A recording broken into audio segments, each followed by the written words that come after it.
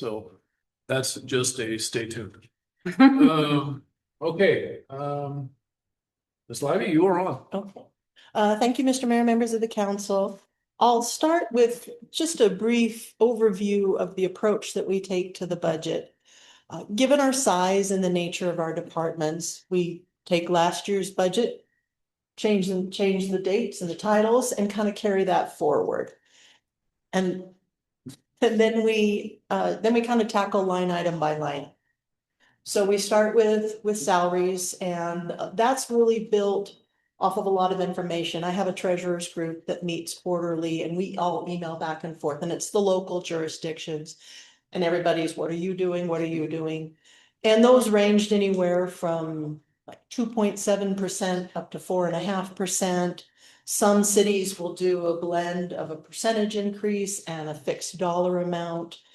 Sometimes that can help equalize gaps that occur and when you have percentages instead of that. So we're kind of right in there. Our standard has been pretty much 3%.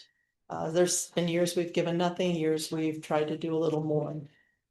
Once we have that overall percentage built in, the other task we've taken on is to try and look at each department each year and do market adjustments. And we've been tackling one department at a time. And this year, the department we reviewed was the library. So with the help of the library director and her gathering information from other local jurisdictions, we put together a table that looked at each position and what we could find comparable. And through that process, again, we won't be the highest, but we're trying not to be the lowest. We're trying to be a little more competitive. So some library positions will see closer to a 6% increase. And those are at this time are lower paying, our page, our entry-level assistant positions. So we do try to tackle that each year. The police department has a very specific structure where an officer moves up each year until they hit the 5th year, and then there's a gap until the year 10. And then they have the opportunity to earn specialty pay. So they can move up a step, and then they can also move up depending upon their education and their certification. And so when we build that police officer budget, we go through each officer and we say, this one is going to start the year at this pay, and in April, they're going to earn a new certification. And so we budget very specifically by officer for that movement so that we capture the full potential impact of the budget. Then the healthcare, I think some of you may have heard, so we had a 12.5% increase from IIIA. That was actually at the time the email was circulating through us treasurers, that was the lowest. Other jurisdictions were seeing as high as 18%. Some jurisdictions are self-insured, so they can make changes to their plan on the fly and kind of got those premiums down, but that means raising deductibles, raising out of pockets, or maybe dropping certain coverage. So we were the lowest with that rate increase. I did receive confirmation from Percy that they will not be increasing the rates for next year. They had planned rate increases over the next 3 years out through 2028, through 26, through 28. But the funding kind of turned around and their investments turned around a little bit. They have very strict rules that they have to operate within, governed by the legislature to meet certain coverage. And if they don't, then they're required to put in a rate increase. Now they always delay it a year, which gives them the option to either modify it or cancel it. So this year they did cancel. They canceled it for 26 and for 27. And then a little bit talked about staffing. So we have our longtime code enforcement officer. She'll be retiring next year. And our plan is to bring on a new code enforcement officer, give Connie a couple of months to train them, because there's specific ways that she does that job, and it's really beneficial to have her do that training. So we plan for some overlap there. So again, with salaries and benefits, a lot of those costs are fixed once we lock in that wage increase. Then I'll jump to revenues now in the general fund. This budget does include, kind of going over the summary sheet, includes taking our full 3% that is allowed by the legislature. And we have $45,365 left in foregone. And that foregone really came about a few years ago during COVID. There was some COVID money that came through the state, and the cities had the opportunity to cover police wages at the time, was what it was used for, in lieu of taking our property tax increase. And we chose to take those funds and not do the rate increase. And so that put about 100,000 in foregone. We're limited on what we can take each year. And so we've been taking just a little over 40,000 a year. And this will be the last year that there's that funding available. The interest rates, we're remaining a little more optimistic than we were the year before, but still staying pretty conservative. Obviously there's things that we don't anticipate, wars and what the Fed will do with rates, but I know they've been holding steady. We do anticipate some larger projects in public works, so that could draw down the amount of money that we have to invest. So a combination of spending down that fund and keeping interest rates steady and possibly seeing a reduction in those over the year. Franchise fees, again, that's another one that can be a little bit fickle. Republic Services is a locked-in fixed amount. The other ones are based on revenue. I don't anticipate any reduction from Idaho Power, especially with the heat we're having. But this last winter was extremely warm. And so we have seen a decline. The Intermountain gas used to be up closer to 160,000 a year, dropped down to 130. This year it's 113. So with the mild winter we had, I brought that down even a little more to 100,000. Fixed amount, 3%, but purely based on revenues.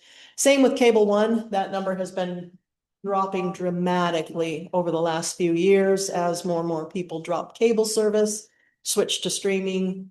So we just see that reduction in revenues, and I anticipate that will continue. In law enforcement, the STEP grant revenue, the amount that's in the budget's based on the ask. We actually received more money in 26 than we anticipated. And so we feel pretty confident that that will continue and be at the level that we've asked for. And then fines and forfeitures, those are based on the trend that we're seeing now. And I spoke with incoming Chief Domney, and he felt comfortable keeping it at that level. A lot of years that's dependent on staffing. How much staff can we dedicate to the STEP team? How much staff can we dedicate to traffic? So when we're fully staffed, it makes it a lot easier to meet that number. So we feel comfortable with that number going in. And then in the library, you'll see a one-time line item in there. The foundation has graciously agreed to fund a material handling system that the library has been coveting for a few years. But at a cost of 90,000, it was just something, or approximately 90, may come in a little under, but we left a little bit for cushion. Just something that the city couldn't bear the full impact on. And so the foundation made their decision on the 21st to move forward with that. So you'll also see a corresponding expense. So it's a wash to the bottom line. Operations for each department, kind of similar thing. We carry over last year, and I go line by line and say, are we over? If we're over, was it a one-time exception? Is this a trend? Fuel, we actually bumped that up a little bit in the police department.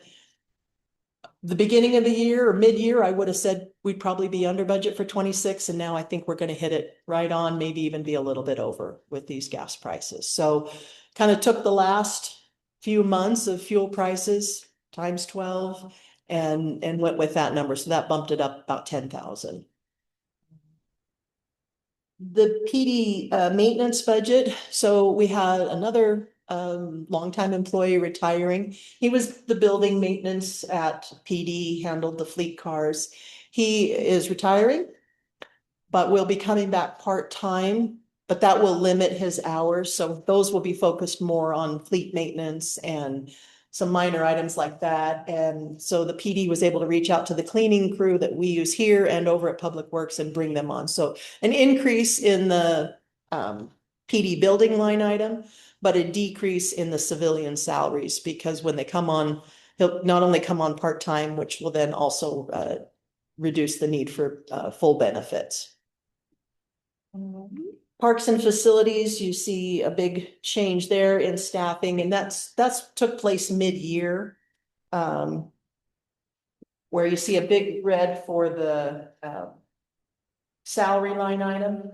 And that we made that decision this year to not replace a position that left and instead bring our contract services up. So that just continued in the 27 budget.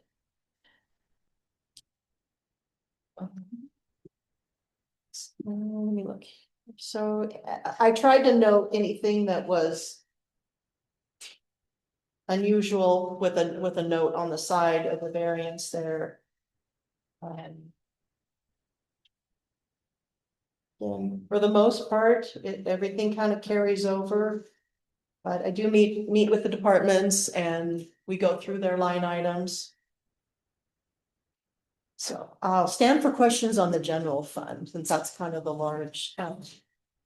Director Larry, just a couple of questions, just. Yeah.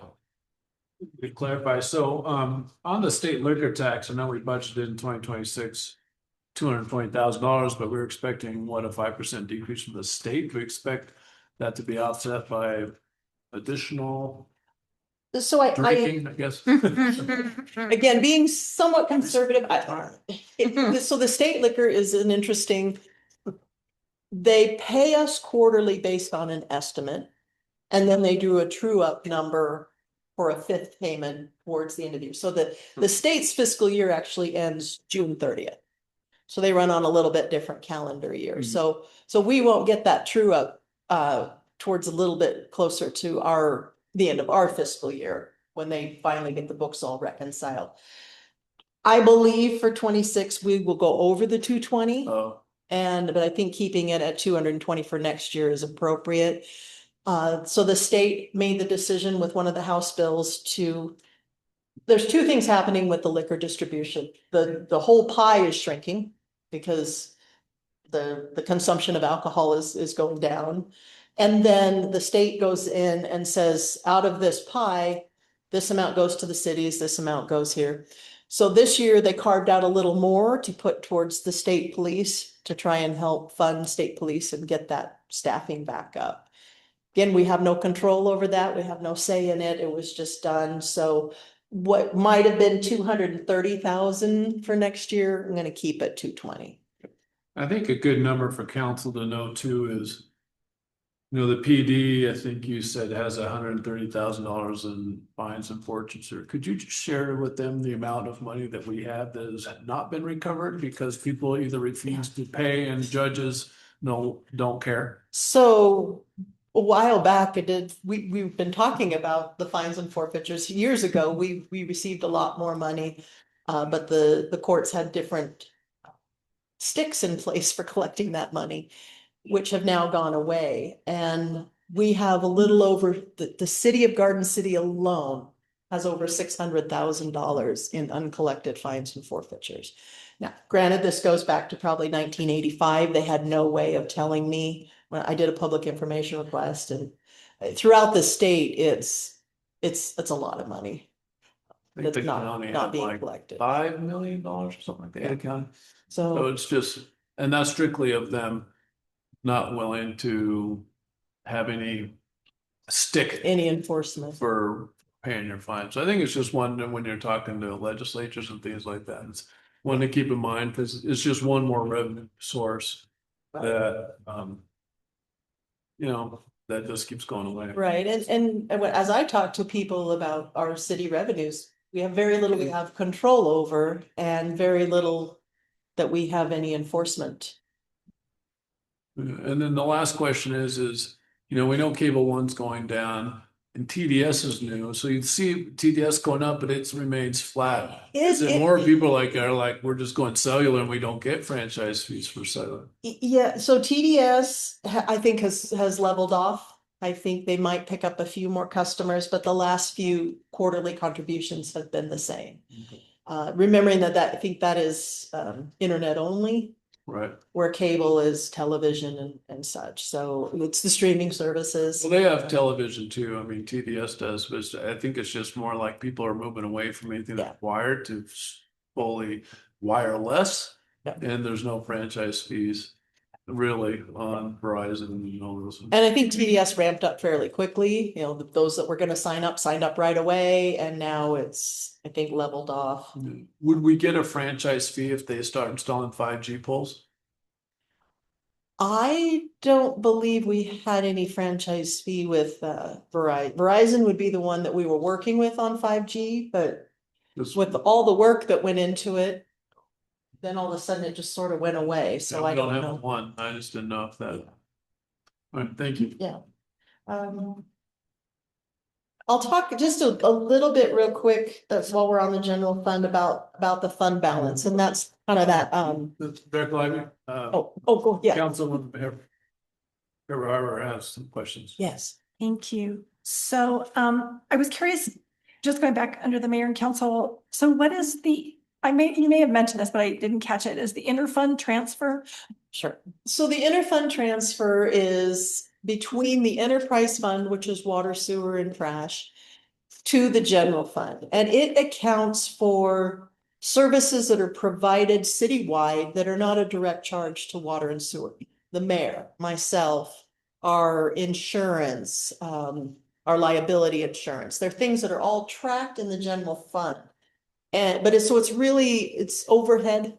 It's the cost of overhead to the enterprise fund that instead of breaking those costs, instead of doing true cost accounting and saying they get 30% of me, they get 20% of the mayor, they get 10% of Charlie. Instead of transferring those expenses to the water sewer fund, it's just an interfund transfer. And it's very common among government. You'll see it on any government budget. Then it's really the cost of overhead. So we do all the utility billing out of the finance department, but that's at the benefit of the water and sewer department. So that number's been stagnant, or it's been the same as long as I've been here. And one of the things Mayor Jacobson and myself have talked about is working towards making that a fixed percentage.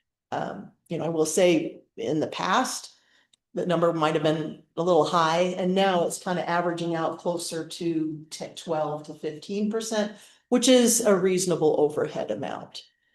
So what we're planning to do moving forward is to come up with a percentage, and then each year that transfer would change as expenses go up.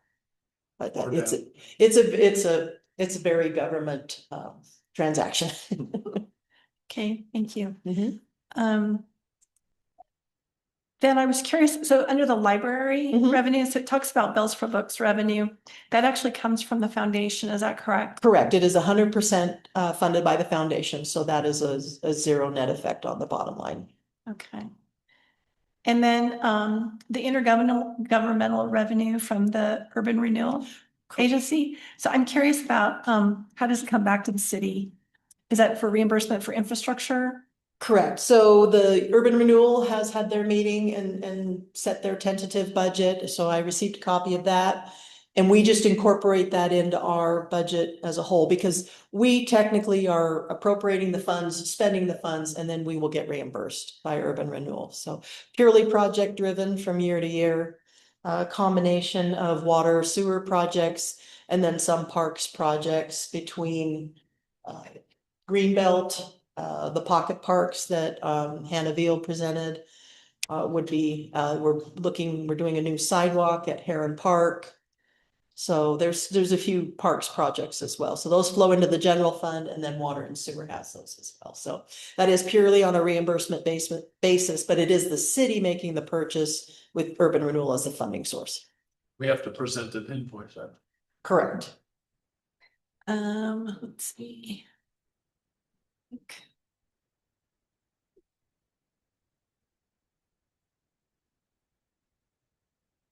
Okay, I just have a question about the law enforcement budget. So it talks to move to training on some of well, I wasn't 100% sure. So you have the little yellow boxes that Yes. are so what is it that you're moving and where is it reflected? So again, when I met with the police staff and we went kind of line by line, computer purchases, the MDTs, these are specific to the police cars. We have all computer purchases under IT. And so we moved that money into the IT budget. Because, well, actually IT had already anticipated all of their expenditures for the year. So this line item was not necessary for the police department. And moving forward, those will all flow through the IT department. And then the printing and binding at $3,000, as you can see, they'd spent 27. It's just something they don't do anymore. They don't have a lot of items printed. And I said, if it's $27, we can run it through supplies. So we took that money and then increased their training budget. Because one of the things Chief Dominique talked about is just it's costing more and more to send officers to training, and they're getting more and more requests for training, which I think is a good thing, but we want to be able to accommodate what we can. So taking those two line items and rather than just eliminating them completely, we increased the training. We've not increased that training budget in years. Years and years. So this was an opportunity to realign some line items.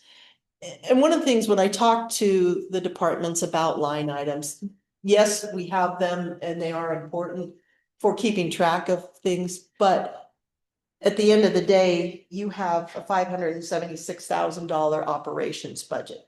If you need to be flexible with how that's spent, that's fine. We just like to have those discussions and department heads come to me often and say, hey, I've got some extra money here, but we really need to do this. Can we take care of this item? Yes, this will be over budget. This will be under.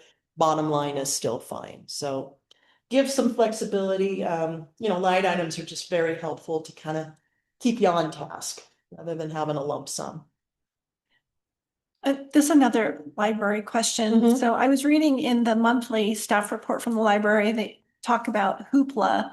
And it was noted in the staff report that it is capped at 50, but they're getting 300 requests and they have to limit it due to budget constraints. Is that anything that it appears that, first of all, I'm not even sure what hoopla is, but it appears that it is something maybe popular with our patrons. Is there any adjustment around that? So there was not one requested. So the library board of trustees kind of sets their budget and then they make a recommendation to the city. And so we incorporate that into the budget. I don't know that anything was requested in addition. And I know Director Pettyjohn said they saw just a spike all of a sudden and they were trying to figure out what was causing that spike. And I believe those are like online books or. Yeah, so it's the digital thing. So what was happening is we have so many digital versions of books. And people are hitting that almost harder than checking out books.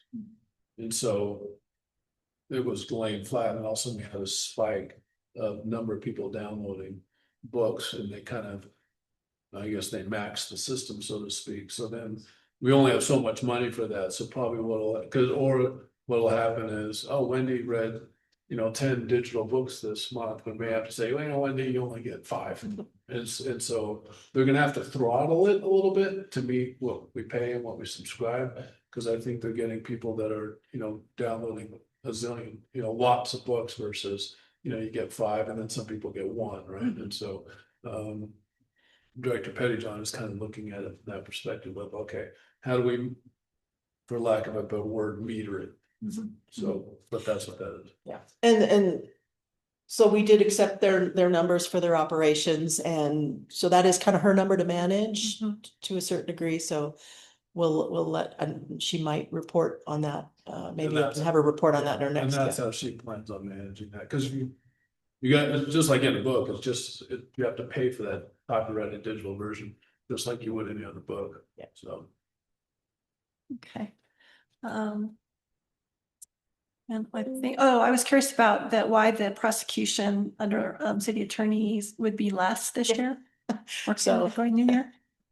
So the prosecution from Ada County is covered by, it's our Garden City, CUNA, Star, and Eagle.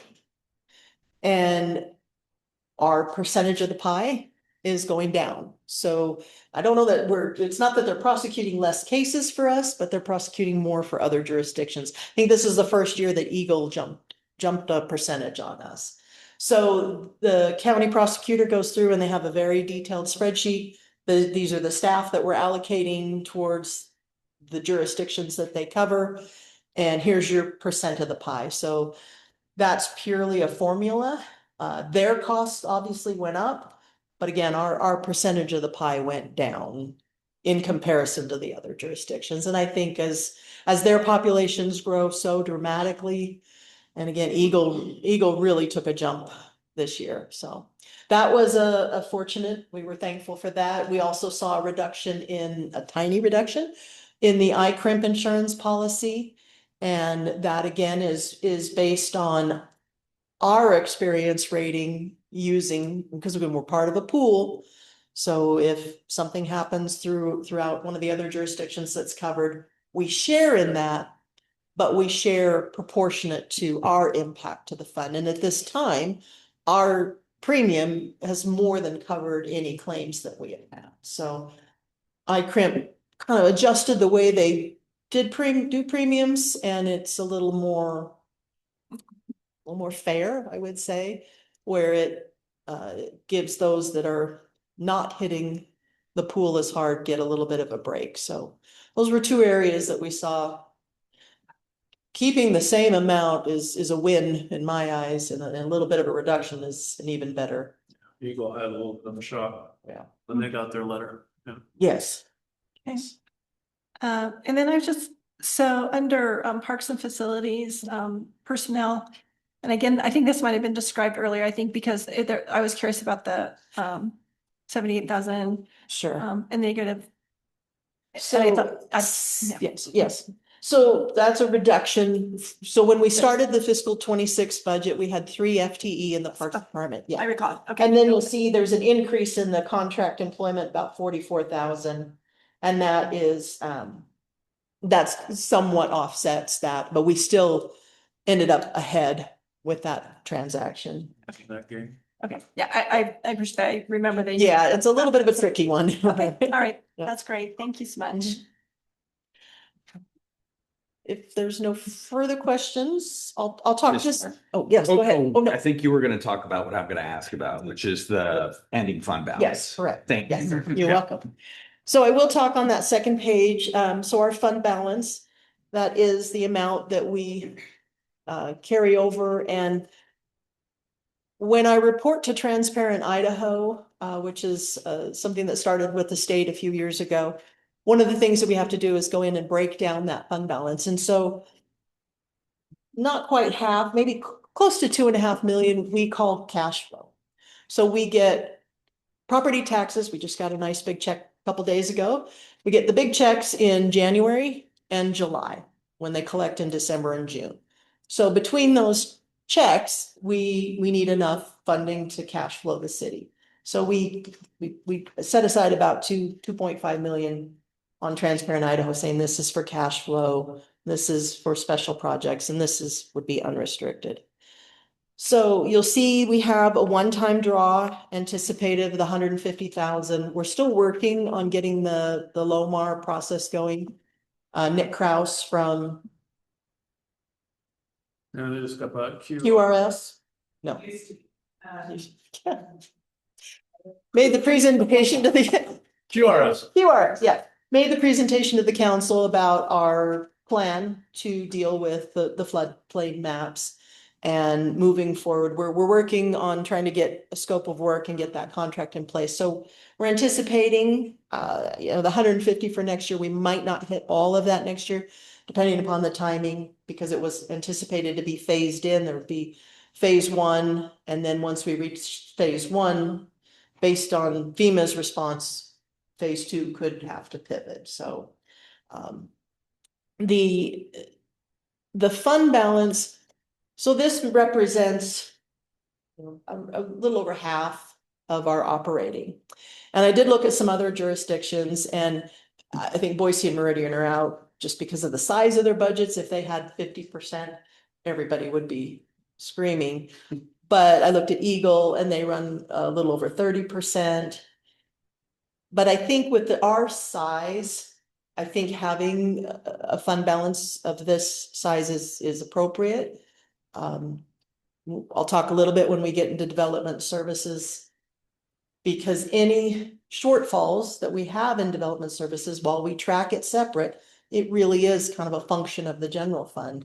And a downturn in permitting could quickly eat away that fund. So I think it's an appropriate number. We've hovered around that 5 million for a while. We were at 3 for a while, got it up to 5. And as our expenses continue, again, I feel that's a comfortable number. The auditors concur that they don't think it's an excessive number. But again, that is a council decision at the end of the day, how we manage that fund balance.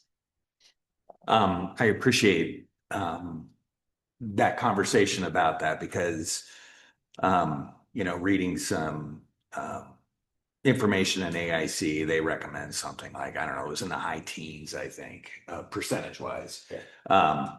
So obviously ours is really a lot more than that. And I think it's great to point out the difference between the realities and differences between large cities and cities like ours. Correct. And then the other thing too, with the legislation way back, I don't know, was it 21 or something? I was like, okay, I enjoyed having that big pad, not being sure what was going to happen as a result of that. Mm-hmm. But it seems like it's been okay. So we haven't had to dive into it too much. So, but I appreciate everything you said and it all makes sense to me. So, Yeah, and I think another reason, and this is kind of something that Mayor Evans kind of carried over, is one, we have the development services budget. We never know what permit is going to be. And so, for instance, if it's less, then that comes right out of the budget. It could be yes. hundreds of thousands of dollars, for instance, it's Yep. clean, and it's all timing, right? Yeah. The other is if we had a flood event or we had something happen, like in 2016, say, and we had a wash away of the green belt or things like that, significant. There was a water main break underneath the green belt a few years back, cost city $1 million, right out of the general fund. And so really, what we want to be able to do is have at least probably 6 months plus of expenses or more. And so that's where we kind of keep it at that 30+%, just because of the nature of where we are on the river, age of our infrastructure, all infill development. We can't, for instance, Star and Eagle and all that was like, well, what farm are we gonna bulldoze today and put into subdivision? For us, it's a little bit more difficult in terms of we need the development to come in, and it's harder and trickier and things like that. So it really is, Lisa and Mayor Evans, have done a good job of maintaining that. So Yeah. Those are good questions. Yeah. And we will continue to look at it every year. I wouldn't have talked with other departments. We don't budget for what if, and that's kind of our what if. Previous police chiefs, if we were to have a homicide or a significant event, the PD budget would be blown out of the water. So we don't budget for that because that would not be prudent, but we know we have those funds available should something occur. But to your point, we do have to keep an eye on that. We can't just say, well, that's for what if, that's for what if, year after year, but we will certainly keep an eye on it. Okay. Well, I appreciate your answer. Yeah, and I think, this might be a good time to transition to the Development Services Fund. I have one follow-up question. Yes. As it relates to the general fund in general. So when we go back to talking about taking all of the remaining foregone taxes and taking the full 3%, if for some reason we chose not to take the foregone in this year, how much longer would we be able to draw that? At this point, there's no limit. There was some rumblings years ago that the legislature might come in and Last year it was, so. yeah, and Part of make the 389 negotiation was, well, we'll just get rid of your foregone, so. yeah. the legislature clearly has its eye on Oregon.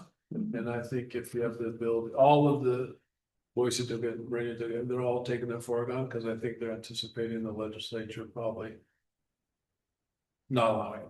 Yeah, I think there's definitely some discussion around that. I think in terms of their first, well, there was a couple of attempts to try to get rid of it, but it was that they would also have been, at least at that point, amenable to allowing the cities to keep what they had. It just wouldn't allow them to ever do it again. Oh, sorry, I didn't know.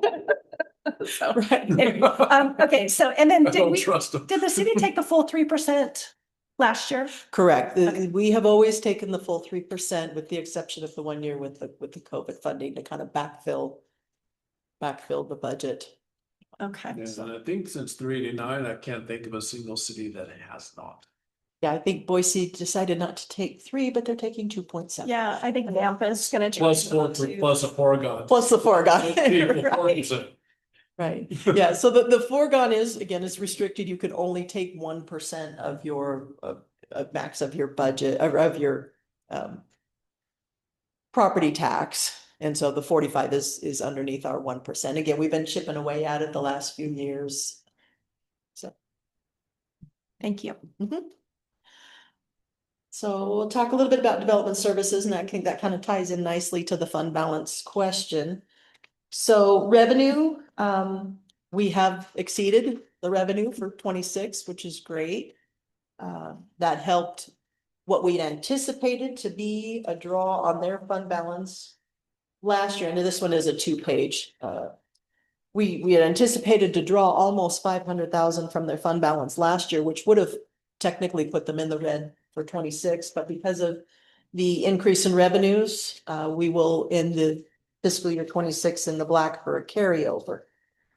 In meeting with Director Thornborough, we have left the revenues the same as last year.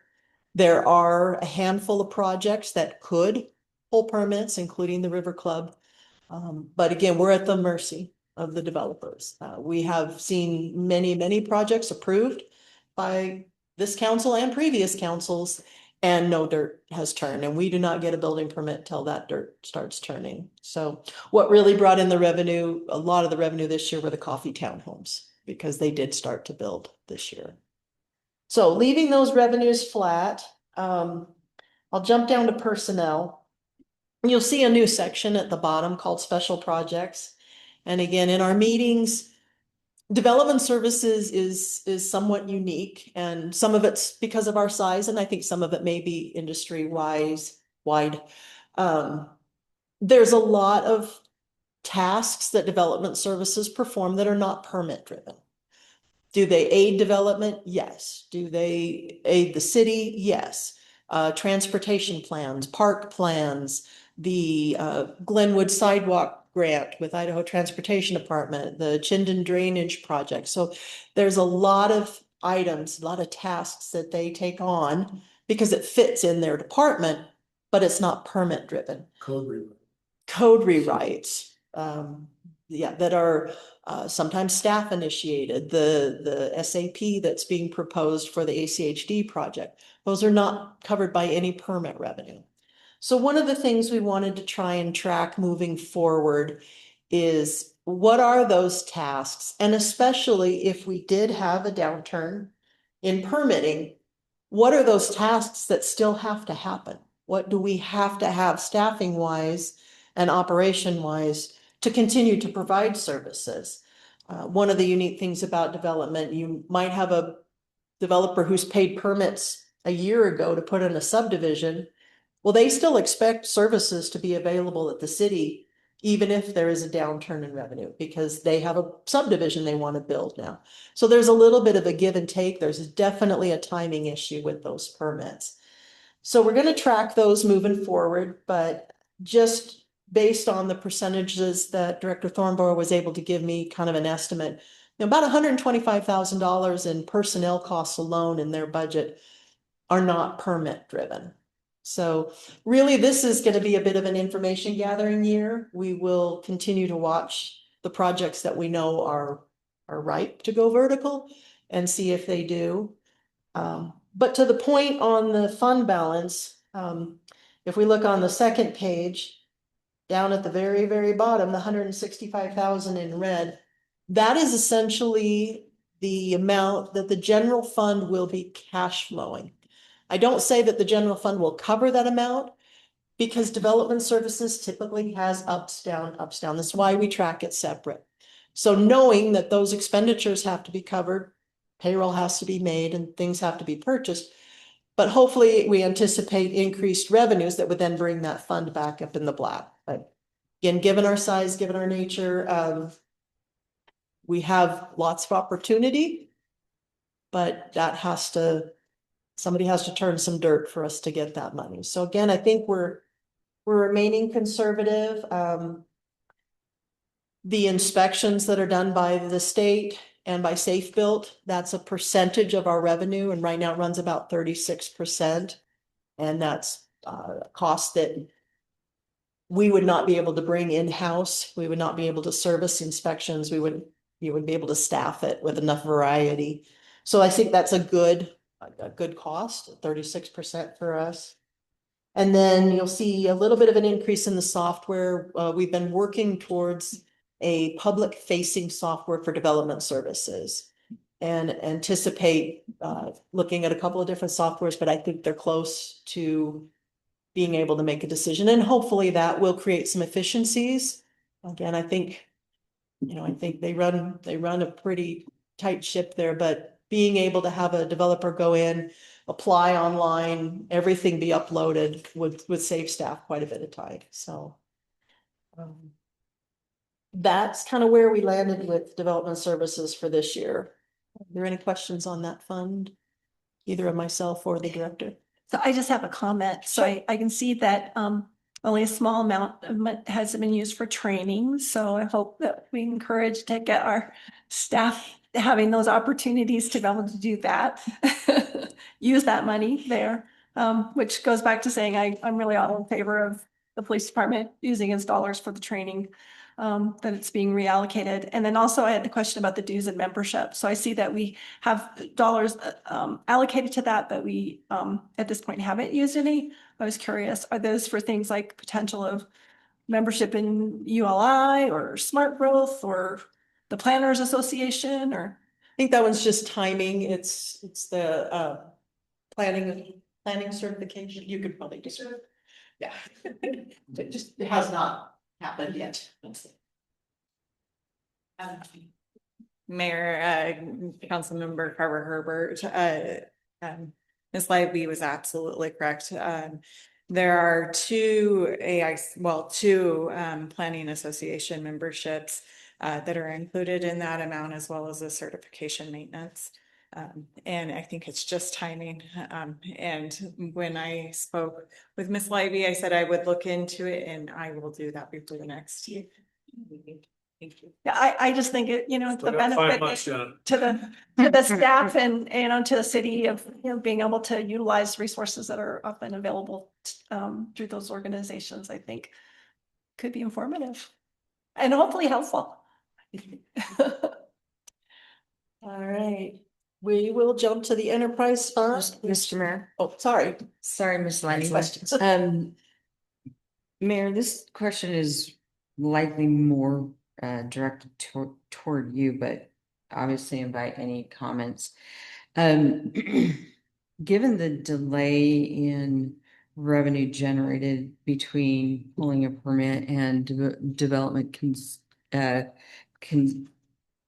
starting, have we ever looked at, or do other cities provide any kind of incentive to get builders to move forward or to fast track developments?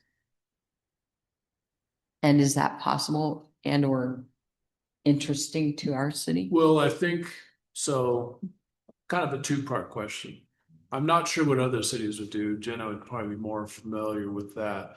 In terms of fast tracking, we have discussed internally having a mechanism that if the developer wanted to have expedited service, that they would be able to pay for that. So it'd be want option A or option B, right? Yeah. And so we have talked about that. The question is, what does that look like? So it's not gonna be, well, you get it tomorrow. It's not Right. that, right? So we'd have to dictate, well, what's the difference kind of in timelines between one versus the other? We probably would still have, depending on workload of like, well, sorry, but we still can't get to it because we've got things. And so we have discussed internally. And Keena is helping, kind of, it's on her plate to kind of come up with a proposal Mhm. of what that would look like of an expedited building permit. So we can do that in our city. And then, but then what do you do when it comes to fire? And it comes to ACHD, and Mhm. comes to Ada County.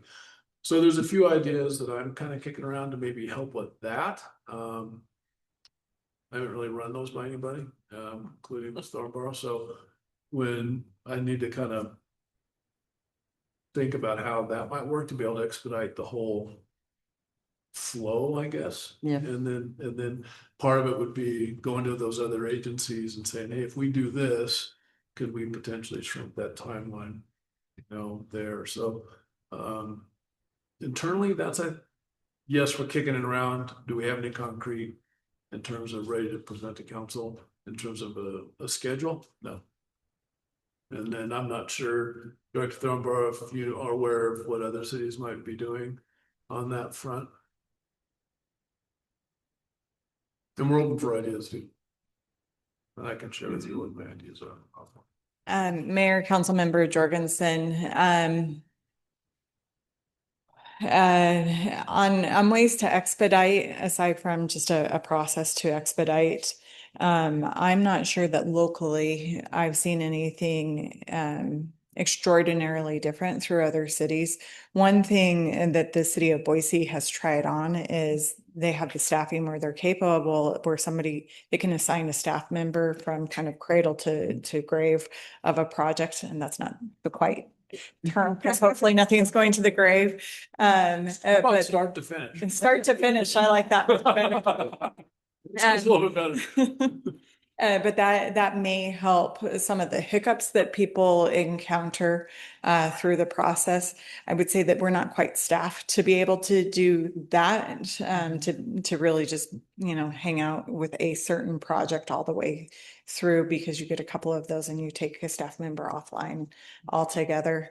Aside from that, locally, I mean, there are little tweaks that you can make here and there that may make things go faster, depending on how different jurisdictions do things. And then one thing I've got my back of my head, but I don't want to count my chickens, so to speak, is if we are selected on an opportunity zone, that might give me some opportunities to go to the development community and say, help us help you, so to speak, and maybe we can get some positions pre-funded. To then say, okay, we've assigned somebody for you for projects within the zone. So there's ideas like that, but again, we won't know that till September. And then if that happens, then it's like, okay, what can we do? So we'll be ready for that.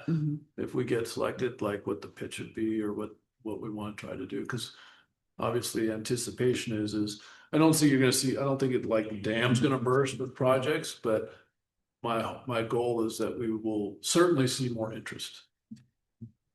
Mayor, Councilmember Jorgensen, one thing that I think we certainly can do is keep working on educational pieces for those that are applying.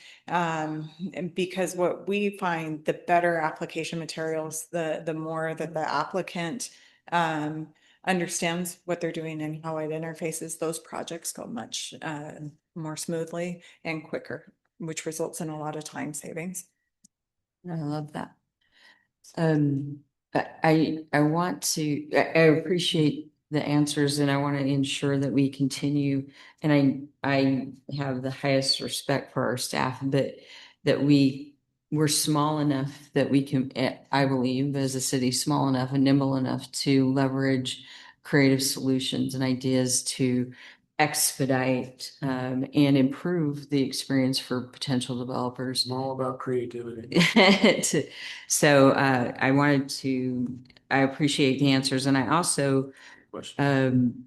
recently, because I'm crazy, started a backyard project and was fascinated as AI continues to develop, how quickly just through a few keystrokes, a plan was rendered. Correct. So I want to be sure on the back end, we're leveraging technology, whatever that may be, to ingest and turn things around as quickly as possible. Well, we are, and so part of the solution in one of the software programs that Development Services does and has a whole backend AI, and so you actually load your code into it, and then it actually, some of these will tell you if someone puts in their application, it'll compare it to code and tell you what you're missing.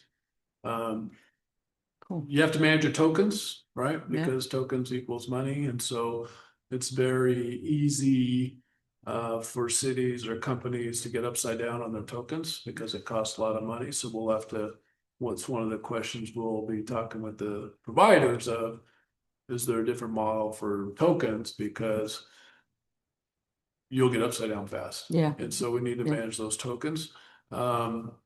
And so that's kind of one question I have for like the providers is like, okay, can we just get a flat subscription fee? Or are you going to charge us per token? And if that's the case, we got to really kind of throttle that, Yeah. where that goes.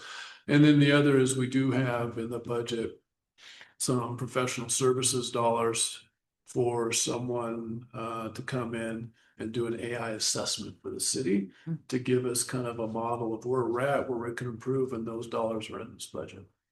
Thank you very much. Mr. Mayor, there's one more question, related. When we talk about the fees, has there been, any sort of an analysis or audit within the last couple of years? I thought that we had, but I just don't really remember the, background on that. The most recent increase was more of a straight pass-through from the Safe Built contract. While we kept the revenue flat, it does include a full assessment of the fees on what we're charging and how we're charging.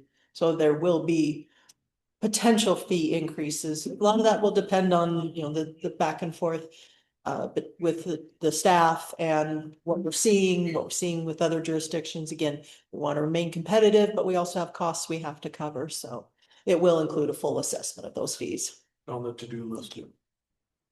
Good question. So on to exciting water and sewer fund. So while we track them separate, we do consider it a water and sewer department, and we track them separate. Sewer will never pay for itself. It's just too expensive. So again, we track them separate, but we look at the fund as a whole, which is why you see one bottom line fund balance. Again, we run into timing with projects. As you can see, we thought we would spend down that fund balance almost $2.5 million this year. But we continue to budget for a $3.7 million project on Adams Street, but it will be done in combination with a City of Boise project. Was moving forward, and then crickets. So we will continue to budget for that. But at this time, it has not happened. So kind of on the summary there, we do expect some big projects next year. We have the Adams Street project in for sewer, but it may or may not happen. But on the water side, we do have a 5% increase in rates in water. Then we brought some of those connection fees down. Again, those happen as development hits at certain times. So someone puts in the subdivision, they might turn the dirt, put in the infrastructure, that might hit a connection fee, but still might not go vertical with a building fee. So just looking at what is already online and what was the potential, we brought those revenues down a little bit. To your point on urban renewal, Councilmember Carver, but the same thing. We show revenue and we show expenses that are the zero bottom line. We increased the operating system for water. We've been making a lot of repairs to wells. They're not a capital project, but we've had some infrastructure items, mostly that had to do with the wells, not those lines themselves in the dirt. but repairing a pump or something like that. So we bumped that up a little bit this year, knowing that we've got some projects coming up. We always try to buy water meters, so an MXU meter, the difference between a regular meter and an MXU, the meter reader on a regular one has to go up and physically read the meter. An MXU, they can just wave a wand over it and it reads it electronically. So we've been systematically replacing meters throughout the city for many, many years. But meters aren't cheap, so we buy a few at a time and just have a plan for replacing those. And then same with fire hydrants. Fire hydrants, so 50,000 will replace about 3 fire hydrants. It's very expensive. If you've ever seen a fire hydrant, until one was hit, I didn't realize they go maybe about 15 feet in the ground and are very complex. So we're trying to replace those, again, stay ahead of the maintenance on that. So we have been budgeting that every year. And then a little bit in electrical increase. Idaho Power is running about between, well, they had anywhere from 2.1 to 2.7 increase. And of course, our wells are the largest user of electricity. And so that we increased that budget based on the trend we're seeing and that increase that was implemented. And then the capital, we do anticipate the city having a project on 45th Street of about $1 million, and then the 2.7 in urban renewal projects. And then with sewer, our standard increase with the city of Boise for sewer processing is about 9.9%, runs just at 10%. So we've built in a 10% increase for sewer. That will not be across the board. We're continuing to analyze all sewer users. That will be a blended rate between residential and commercial, with residential seeing a lower rate increase and commercial seeing a higher. We're really trying to make sure that those users that are the most impact on the system are paying their way. So that will be a blended rate. We do anticipating adding 1 FTE in the sewer department. Again, a lot of that's just, they run pretty thin, and they're starting to notice that with especially the increased maintenance that we're seeing and the increase in testing. There's some, and if you need Director Schmidt to speak to any of this, but we're having to do some more testing on our own that was previously done by the city of Boise. So just some increase there. Hopefully we'll be able to fill that position. It hasn't been real attractive to many people. So we're just trying to get that filled. And then again, looking at increasing the operating for sewer this year, just a lot of repairs to the system. Again, not full replacement, but repairs. And then we have that 10% built in for Boise's pass-through cost. And pretty much straightforward on the operations, and then the capital, the project. So in water and sewer runs pretty straightforward, not a whole lot there. And then the sanitation fund is the easiest one of all, because we charge for revenue and we pay Republic services. And we do have that interfund transfer there as well, just to cover those services that we provide. We have a 3.5% annual increase built into the contract with Republic. We're able to keep that at about 3% for the residents. This fund does not need a fund balance. I mean, ideally, in my perfect world, that would be 0, but we know that sometimes costs and such fluctuate, but we're trying to keep it pretty reasonable there. So if that creeps up at all anymore, we'll work on a lower rate increase over the years to kind of bring that back down. So that's the enterprise fund. Are there any specific questions on the enterprise?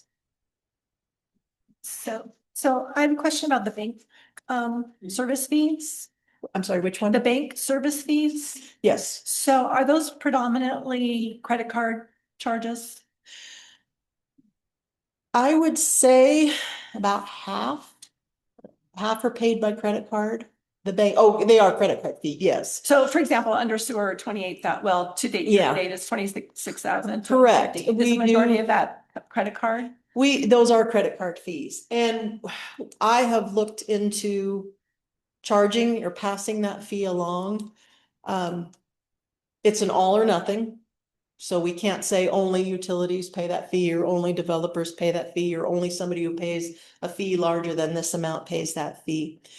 I mean, we gain a lot of efficiencies by people paying with credit card rather than a check. I mean, we you get the checks, we get a stack of checks this large in the mail. They've got to be opened. We have a machine that does that. They've got to be sorted, the check, the coupon.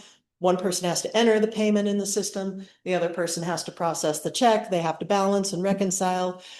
So we've kind of looked at it back and forth. We actually pay a fairly small percentage fee compared to what a more commercial business would pay. And so we've really looked at that. In the ideal world, we'd be able to split it and say, boy, if you're going to pay a fee over $10,000, you're going to pay us that fee. But we don't do that at this time. So we keep an eye on that. And it's always kind of it's a conversation I have with other jurisdictions. Some charge, some don't. But for us, Usually, people use debit cards because it's less expensive, Right. but people tend to use credit cards. correct. Well, and the reason I wonder is certainly state agencies, I believe, are actually required to pass those on to the customers. Yeah, Yeah, so I, a lot of government entities typically Yeah. don't cover them, so. Yeah, Right. I look at it again from a staffing, if all of these people paying with credit cards all of a sudden started sending in checks, it would impact our staff. A good example, we have many people who are on a recurring payment. So once a month, we go in, we hit a button, it pulls all of those, we import it into the software, and 800 payments are posted just like that. Is So- that then averaged into a cost of service essentially then? Correct, That's a it big- is built into the cost of service. So essentially you're basically spreading it across that, okay. Yes, Yeah, which correct. that makes And sense again, I this wouldn't, way. if you had to have another staff member, because now everybody's paying by check or coming in to pay versus using a card. I couldn't hire anybody for $20,000, so, but we will continue to look at that. Thank you. So, all right, Any other any questions? other questions? So if I want you to quickly detail next steps. Yes, correct. So the next steps, this was basically a draft budget. And the first meeting in August 10th, I will bring before you a tentative budget. And once we approve that tentative budget at that meeting, that starts the shot clock on the process. I'll post it in the paper for the public hearing, which will be the second meeting in August on the 24th. Once we set that tentative budget, it cannot be increased, it can be decreased. If you chose to make changes, then you could reduce the budget at that time. But that will start the clock, and then we will have the budget ordinance at the meeting on the 24th. Typical process, will suspend the rules, adopt and publish, and then I publish it in the paper, and I have to have what's called the L2, which is our property tax allocation to the county by the first week of September. So that kind of sets the timing, how things have to go, but yeah, just always keep in mind, we can't increase it, but we could reduce it if needed. And the public hearing would be the August 24th. second. So everything will get published in the paper, I have to run it twice, and then online, So that'll be the approval of the budget date. correct. Yeah, the budget ordinance. Okay, thank you very much. Thank you. And we nailed it, even only 4 minutes over, so that's good. Then, of course, if you have any other questions, feel free to reach out, either Lisa or myself. And we would be glad to answer your questions. Okay. Moving right along, you ready? Ready? Okay, well, thank you, everybody, for joining us for our regularly scheduled council member meeting. We had a work session for an hour to discuss our budget, which you kind of witnessed there. So now we're moving right on to our regularly scheduled council member for July 27th. So quick caller. This meeting has been noticed in accordance with Idaho Code 74-204. Councilmember Carver Herbert, Here. Councilmember Jorgensen, Here. Councilmember Rasmussen. Here. Please join me, please. Pledge of allegiance. I pledge allegiance to the flag of the United States of America and to the republic for which it stands, one nation, under God, indivisible, with liberty and justice for all. You. See that, any changes to the agenda? Hearing none. See the council. Mayor, Oh. I do have two changes to the agenda. Okay, to Dr. note. Thornborough, sorry, I knew that was coming and I skipped right over. Sorry. Thank you. Under item E4D, there's a typo. It says design review fiscal year 2026 number 1. It should be 11, not 1. And then there is also updated materials with item E3 that are on the web and provided at the DS as well as they were emailed out earlier today, just striking through a couple of words. Thank you. All right, thank you. And seeing that Council President Page is not here, Councilmember Georgeson being the senior member, I'm gonna let you take on the consent agenda, please. Council members, any other requests to the consent agenda? No. No. Mr. Mayor, I would move to approve the consent agenda as amended per Director Thornborough. A second. Oh, second. Sorry. I'm staring at you. Clark. Like, Clerk, look through me. Sorry about it.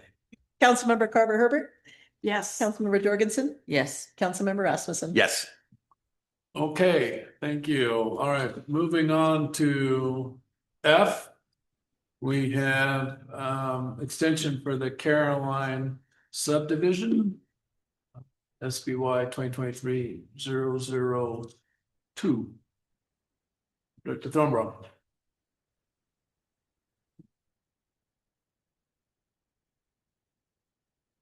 Mayor, thank you, and members of the council as well. This matter was continued from the last council meeting for a request for additional information and clarification. That was provided by the applicant, starting on page 107 of the staff report, as well as there are applicant representatives in the audience tonight if you should have any questions. And with that, I stand for questions. Any questions for Director Thornborough? Yes, Mr. Mayor. Councilwoman? So just a couple of questions regarding the proposed FEMA mapping. So we have contracted as a city with an engineering firm to pursue the possibility of FEMA adopting an alternative map used based on some different technology that could potentially be beneficial to a good portion of the city. Do we know, does that map give us any indication what properties would potentially benefit from that? Because we know that under the 2020 firm map, a good, almost like 70–90% of the city is now within the floodplain, and we know that that's not great. But do we have any sense at all of how much that could improve upon that? Mayor, Councilmember Carver Herbert, it's complicated is my response. More summarily, is the firm that is working on that. What they will be doing is taking a 2D model, a more refined model that the city already has worked on throughout the years. And they will need to take that and translate into a 1D model, less refined model for the FEMA work that the city has authorized. And so that can be a little bit difficult with the FEMA rules and the 1D model. So we know that we hope that far less than 74% of the city will be in the floodplain, but we don't know the exact properties until it really goes through some of that process. And that could be anywhere between 6 months to 18 months for us to know better what that will look like. If they adopt the 2D model, it would take a significant portion of the city out of the floodplain. Those maps out of my office. But we don't really have any ability at this point of identifying which properties could potentially benefit from it and to what depth within the city it might benefit. Is that correct? Mayor, Councilmember Carver Herbert, that is correct. We're hoping quite a bit of the city, but we don't know the exact properties. Okay, and I think, so you mentioned, again, about maybe the 9 to 18 months, 12 to 18 months before we even maybe have some sense of whether FEMA would actually even adopt them. Is that your understanding? Mayor, Councilmember Carver Herbert, I have a hunch that they will adopt it, but what that looks like, we don't know what that final map might look like that they would approve as being removed out of that 100-year floodplain. Thank you. All we have is a hunch. Yeah, I know. About as good as it gets with FEMA. It's certainly something we hope for, that's for sure. Okay, thank you. Okay, any other questions? Okay. The applicant like to speak at all? If you'd like me to, like, actually. Council, you ready to decide? Would like to hear from him? Questions for the applicant? Yeah,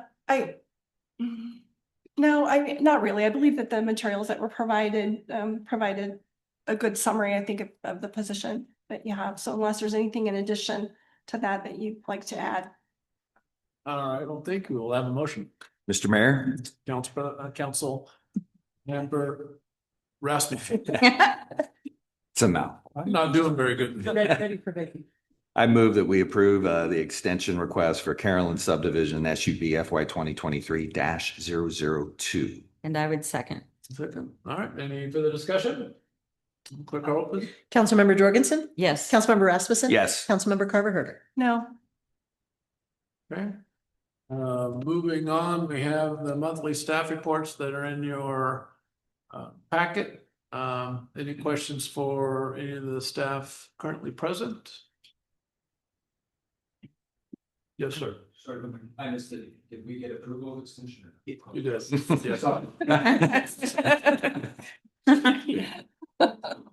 Yes. Uh, Yeah, all right. Any questions for staff? the only question I had, Mr. Mayor, was that the Development Services staff report mentioned the Compass project of identifying the walkways and paths. And I was curious, I would be interested in maybe hearing an update on that at a future meeting, if it made more sense, and if it's either comes from staff or even Compass. I don't know if that's something that's been done before council previously. If it is, I'd certainly just be willing to meet with staff individually, but I thought that it would be interesting, because obviously there's a good segment of that goes along the Settlers Canal that's within Garden City. So. Yes, Director Thornborough, thoughts on that? Like to do a future presentation? Okay, we'll get that on one of the agendas, and we'll do a little presentation on that. We're knee deep in it, so that'd be good. Okay, any other questions of staff? No, if not, reach out. And they'd be glad to answer the questions that you have. Okay, moving on to G, we have ordinance resolution for us to donate a Ford Explorer to the College of Western Idaho. So any questions on that? And there's Mr. Wadhams. Charles. Mr. Wadhams. Mr. Mayor, can you hear me? We can. All right, thank you. I wasn't going to really add anything. I have a memorandum. I just realized the conclusion in the memorandum is incorrect. That's a typo. I apologize. But the memorandum is correct. The resolution is good. And I just would recommend you pass the resolution, and I stand for questions. Thank you. Any questions from Ms. Wadhams? And motion, Mr. Mayor? council member? I would move that we approve resolution 1255-26. It's for the city council of Garden City, authorizing the donation of a 2018 Ford Explorer to the College of Western Idaho. I would second. Second. All right. Any further questions? Quick roll. Councilmember Rasmussen. Yes. Councilmember Carver Herbert. Yes. Councilmember Jorgensen. Yes. Okay, next, item 2, G2 resolution for approving of the Peregrine Technologies. This is for the PD. Mr. Waddams. Thank you, Mr. Mayor. I also have a memorandum on this case and a resolution. I'm going to ask that you pass the resolution. What's not in the packet, though, is I think late Friday, maybe Saturday, Peregrine came back and they made the suggested changes that I made. So we have a clean copy of the contract, and it takes care of the issues I was concerned about with non-appropriation clause and so forth. So with the amended contract, if there's a motion, I'd say make a motion to approve the resolution with the amended contract. It should be good to go. If you want any details about what a Peregrine contract is, hopefully one of the chiefs is there, Chief Domini, or somebody could answer any questions. But this resolution and this contract's good to go. I stand for questions. Thank you. Okay. Any questions from Mr. Waddams or Lieutenant Dominic? Mr. Mayor. Councilwoman? Mr. Wadhams, as we know, we've had what I would define as significant issues with prior software products. Do you feel that the language is sufficient to drive resolution more quickly? Mayor, Councilmember Jorgensen, it's not ideal, but I think it's better than where we started. We did learn, painfully so, over the years that for computer contracts, there's a term called a go live contract or a go live provision, a go live term. And I asked for that in this case, and they said they couldn't give us a straight up go live, but they gave us a 80-20 payment split, which is better than nothing. My understanding from the police department is this contract and this software and this license is required just to get us up to standards where everything, body cam, so on and so forth, is going to be up in the cloud. And so this is a contract of necessity. I think the police department will tell you that's not ideal, but I'm comfortable enough with it. Also, I think the chief of police or the police department could tell you about the track history with Peregrine. My understanding is other police departments across the country use Peregrine, including maybe Meridian PD. And so they have a track record that does not concern me. And I know that the police department could comment on that further if needed. But it's not ideal, but it's better than where we started. And I'm comfortable enough to go forward. Thank you. Mr. Mayor? Councilwoman? May I would like to get a few comments from the chief of police, please. Chief, I would like confirmation on your experience with this product and the extent of use of other PDs Yes. that you're aware of. Sure. Mayor, council. So Peregrine is used throughout the valley. We are the only agency currently in the Treasure Valley that is not using it. So they've been using it for about 1.5 years. I've contacted each of the departments to inquire about their service with Peregrine, and it's been nothing but stellar.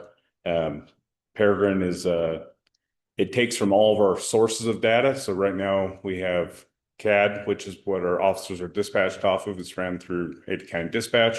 We have ITS is where our report writing system's at. We have ARTS, which is also part of our report writing system. We have Axon. We have all these different sources. What this does is it takes them all in and puts them in one location so we can search. So we can, officers in the field can find out a lot more details about who they're dealing with and what prior contacts have had. Our detectives can do searches and make connections that they wouldn't otherwise be able to. And then for the administration side, we can actually do crime analysis. We can do hotspots. We can do different things where we can deploy officers to certain areas, just given the data that's dumped into this. So it's kind of an all-consuming thing. But to answer your question, yes, it is. They are a very reputable company, and the other agencies speak nothing but highly about them. Mr. Renner, Chief, as a follow-up, have you personally interacted with Peregrine representatives? Yes, I have. Yeah, multiple times. So Peregrine, we were one of the first departments that they came to in the Valley and demonstrated, and we hosted the event. So all the other agencies came, and that's what kind of started the ball rolling was that. But I have dealt with them multiple times. And your personal opinion is you have confidence I that do. this relationship will move smoothly? Absolutely, yes. Thank you. So we are first, but we're also last. Great. So. Mr. Mayor, Councilwoman? I actually have a follow-up, based very much on the same lines of, Councilmember Jorgensen. So, and this might be Mr. Wadham's question, but maybe Chief, if you want to hang tight just for a second. So so we've gone to they've agreed to a 80-20, so that the city will pay 80% upon basically signing the contract essentially. Correct. And then the remainder of that, for the first year upon, I think was it like 90 days or there's some period? So that is my question. So in terms speaking of to that the reps, they 90. said that. What is that period? Yeah, so of their time? hard time, what they have a hard time locking in is they need their engineers to see the backside of our software that they're trying to integrate. Without having seen it, because we haven't allowed them to, they don't have an answer yet. But they said once they get into it, they can give us an answer, but they said it would be no more than 90 days. Okay. And we would not be obliged to have to pay that final 20% until things were implemented to our satisfaction? I'll let the attorney answer that, but my thought is yes. But Yes, Mayor, Councilmember Carver Herbert, that's my understanding, and that's the way it's worded. Yes. Okay, so if it exceeds 90 days, we are still covered. yes. Okay, great. Thank you. They won't know until they get into it. Right. And that was the struggle that they had, was they said until they can actually see what they're integrating. Now, granted, we use a lot of the same systems as these other departments, so a lot of the work's already been done. So I know it should be a fairly seamless transition, but we do things a little bit different than others, where we download all of our body cam footage and store it on our server rather than on the cloud. So that's the only difference between us and the other agencies that might create a little bit of work for them. That should be easy to convert. Okay. All right, any further questions for Lieutenant Domney or Mr. Waddams? Okay, Mr. Mayor, Councilwoman? I would move to approve resolution 1256-26, a resolution of the City Council for the City of Garden City, Idaho, approving the Peregrine Technologies customer order form as amended per the city's legal counsel. Second. I have a motion and a second. Any further discussion? Clerk Roses? Councilmember Carver Herbert, Yes. Councilmember Jorgensen, Yes. Councilmember Rasmussen. Yes. Okay, H, any unfinished business? Any new business? Okay, we don't have an executive session today, so I have a motion to adjourn. Mr. Mayor, I move that we adjourn tonight's meeting on July 27, 2026. I would second. All right, all in favor, say. Aye. We adjourn. Thank you, Charles. Enjoy your vacation. Likewise. See you guys in a week. All right. Okay, thank you.